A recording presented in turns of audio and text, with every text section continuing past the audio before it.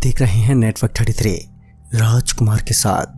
तो चलिए बढ़ते हैं आज की कहानी की ओर।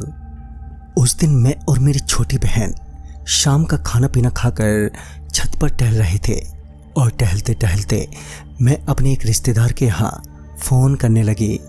मैं फ़ोन पर बातें कर ही रही थी कि मेरी नज़र हमारे घर के बगल में खड़े एक आम के पेड़ पर पड़ी जो अपने आप ही ज़ोर से हिल रहा था। उस पेड़ को हिलता देख मैंने फ़ोन रखा और बाकी पेड़ों की तरफ देखा तो कहीं भी कोई भी हलचल नहीं थी।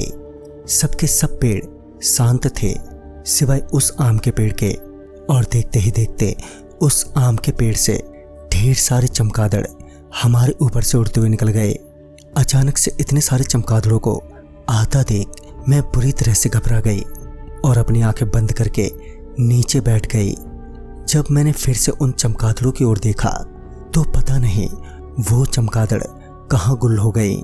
और एक नज़र मैंने फिर से उस आम के पेड़ पर डाली तो अब वो आम का पेड़ बिल्कुल शांत था।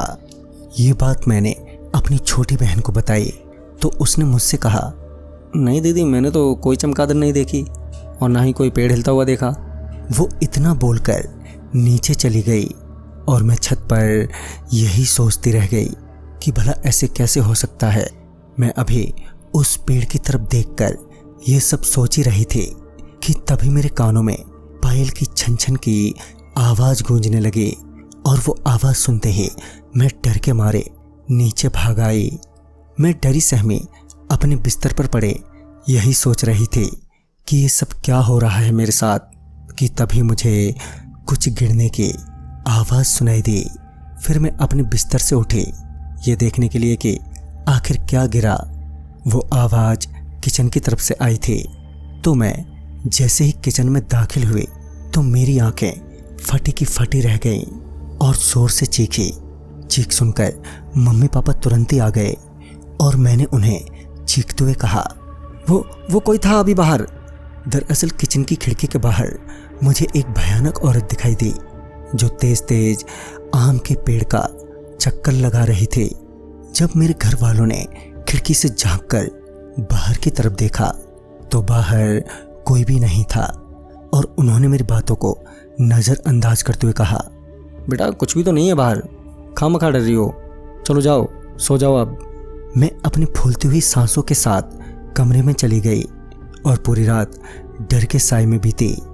सुबह होने के बाद मैं दिन भर उस पेड़ को ही देखती रही और फिर जब शाम हुई तो उस पेड़ को देखकर एक बार फिर मेरी रूह कांप गई। मैं जानना चाहती थी कि आखिर है क्या उस पेड़ पर। तो मैं फिर से छत पर चली गई पर इस बार मेरी छोटी बहन मेरे साथ थी जिस वजह से मेरी हिम्मत बंधी हुई थी। छत पर जाते ही मैं अपनी छोटी बहन को बीती बातें बता ही रही थी कि मेरी बहन को भी वो पायल की छन छन की आवाज़ें आने लगी जिस वजह से वो डर गई। हम अभी उस पेड़ को देख ही रहे थे कि वो पेड़ एक बार फिर से ज़ोर से हिला पर इस बार उस पेड़ से चमगादड़ नहीं बल्कि एक सफ़ेद कपड़े पहने जवान औरत दिखाई दी जो देखने में बहुत ही भयानक लग रही थी। उस औरत को देखते ही मेरी बहन चीखते हुए भागी और मैं अपनी फटी आंखों से उस औरत को देखे जा रही थी। अब मेरे हाथ पैर जम से गए थे और अपने दांतों को कटकटाए जा रही थी और देखते ही देखते वो चुड़ैल एकदम से कूदकर मेरे सामने खड़ी हो गई और तभी तेज धड़कनों के साथ मुझे जोर का चक्कर आया और मैं वहीं नीचे गिर पड़ी। जब मेरी आंखें खुली तो पापा मेरे सामने थे और मेरी बहन की बातों पर पापा को विश्वास हुआ। तभी पापा एक मौलवी साहब से मिले तो हमें पता चला कि जिस जगह पर हमारा घर बना है वो जगह कभी जंगल हुआ करती थी और एक तांत्रिक ने एक चुड़ैल को बोतल में बंद करके उसे उस आम के पेड़ के नीचे दबा दिया था।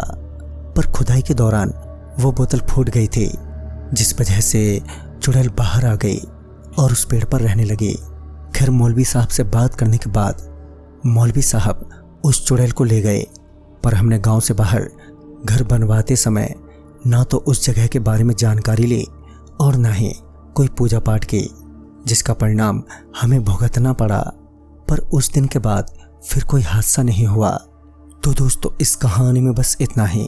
तब तक के लिए बाय एंड टेक केयर।